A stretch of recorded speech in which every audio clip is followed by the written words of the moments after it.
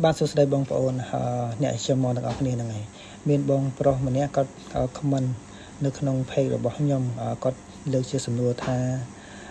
តើតែរៀនបានអាចចិញ្ចឹមមាន់បានច្រើនមែន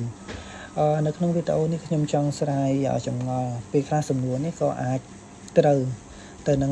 បងជាច្រើនដែលមានបំណងចង់ចិញ្ចឹមមាន់ណាព្រោះបើសិនជាបង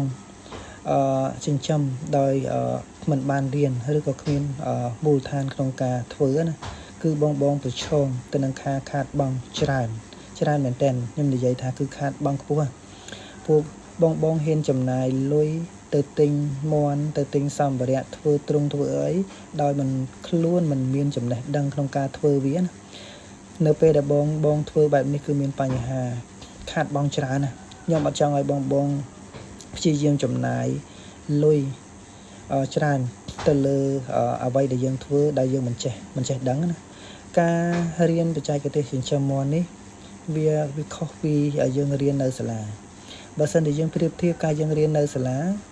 ថ្នាក់ទី1ថ្នាក់ទី2យើងរៀនទៅដល់2ដល់10ឆ្នាំពេលខ្លះយើងយកមកប្រើពេលខ្លះយើងប្រើមិនចង់នឹងកើតផងបើយើងនិយាយឲ្យទូទៅណាប៉ុន្តែការរៀនបច្ចេកទេសចិញ្ចឹមមាន់នេះពេលខ្លះយើងអាចរៀនចំណាយពេលរយៈពេលខ្លីហើយយើងចំណាយលុយតិចតួចក្នុងការរៀនដើម្បីបានមូលដ្ឋានគ្រឹះក្នុងការរកប្រាក់ចំណូលពីការចិញ្ចឹមមាន់នេះណាព្រោះបើសិនជាបងចង់បានចំណូលពីការចិញ្ចឹមមាន់ដូចខ្ញុំតែងតែនិយាយនៅក្នុងវីដេអូចាស់អញ្ចឹងជាធម្មតាយើងចង់បានចំណូលពីវាប៉ុន្តែបើសិនជាយើងអត់ដឹងតម្រូវការពីវាឲ្យបានច្រើនទេគឺកិច្ចមិនផុតពីបញ្ហាទេយើងចិញ្ចឹមមាន់តិចយើងជួបបញ្ហាតិចយើងចិញ្ចឹមមាន់ច្រើនយើងជួបបញ្ហាច្រើនហើយការរៀននេះដូចខ្ញុំនិយាយចឹងមិនមែនថាយើងរៀនតែបន្តិចហើយយើងអាចធ្វើទៅបានទេយើងព្យាយាមរៀនហើយយើងយកទៅអនុវត្តខ្លួនឯងបន្ថែមទៀតហើយយើងដកស្រង់បទពិសោធន៍របស់យើងហើយនៅពេលដែលយើងធ្វើចិញ្ចឹមក៏ដោយមានបញ្ហាយើងអាចប្រឹក្សាយោបល់ជាមួយគេបានប៉ុន្តែបើសិនជាបងពេលខ្លះគាត់អត់បានរៀនបងគ្រាន់តែមើលទៅតាម page មើលទៅតាម Facebook ឬក៏មើលតាម YouTube បងហ៊ានទៅចំណាយលុយទៅចិញ្ចឹមដោយខ្លួនឯងមិនមានមូលដ្ឋានគ្រឹះច្បាស់លាស់ទេគ្រាន់តែឃើញដែលគេបង្ហាញទៅក្នុងវីដេអូ YouTube ឬក៏ page មួយជ្រុងតូចណាពេលខ្លះបងនឹងខ្វះកស្រឡាញ់ចង់ធ្វើប៉ុន្តែបងខ្វះមូលដ្ឋានក្នុងការធ្វើដូចខ្ញុំបញ្ជាក់ចឹងបងត្រូវតែព្យាយាមរៀនហើយធ្វើអនុវត្តធ្វើគឺខ្ញុំចង់ថានៅពេលដែលបងរៀនហើយព្យាយាមធ្វើប៉ុន្តែធ្វើពីតូចនេះយើងត្រូវធ្វើឲ្យមានទៅតាមបទដ្ឋានរបស់វាយើងត្រូវថាឥឡូវគោលបំណងដែលយើងចង់ចិញ្ចឹមហ្នឹងយើងចង់ចិញ្ចឹមកូនមាន់សាច់ឬក៏មេបាហើយយើងត្រូវយល់ដឹងពីការសាងសង់ទ្រុងកូនមាន់យើងត្រូវសាងសង់ទ្រុងបែបណាទ្រុងមាន់ធំយើងត្រូវសាងសង់ទ្រុងបែបណាហើយបើសិនជាយើងអត់យល់ដឹងពីការសាងសង់ទ្រុងផងគ្រាន់តែរឿងទ្រុងមួយពេលខ្លះយើងយល់ដឹងមិនអស់ផងយើងចេះតែសង់ចេះតែធ្វើបើខ្ញុំលើកថាសម្រាប់ការចិញ្ចឹមមាន់នេះសំបីតកូនក្មេងក៏វាចេះចិញ្ចឹមដែរ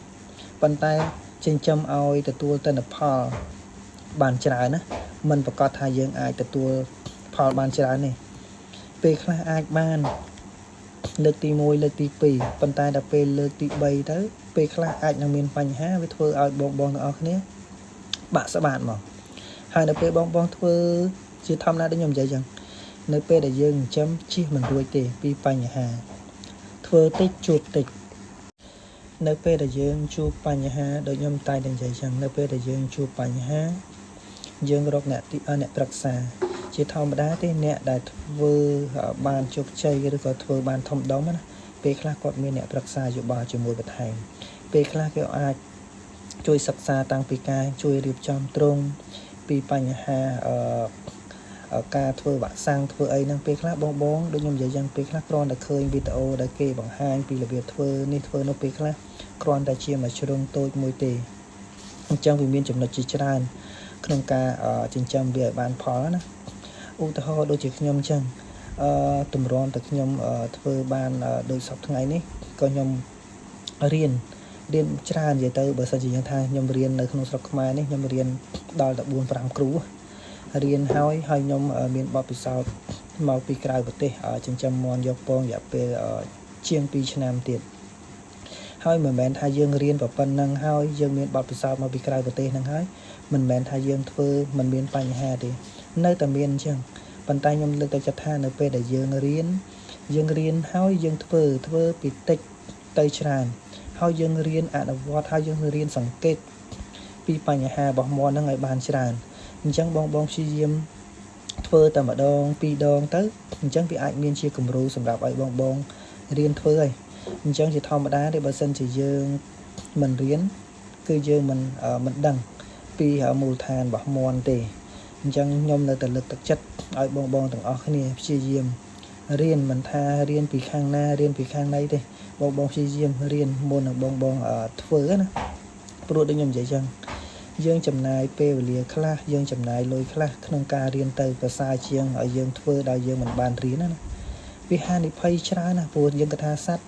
បើយើងនិយាយទៅសត្វវាមានជីវិតហើយបើសិនជាយើងធ្វើដោយមិនដឹងពីមូលដ្ឋានគ្រឹះច្បាស់លាស់ទេ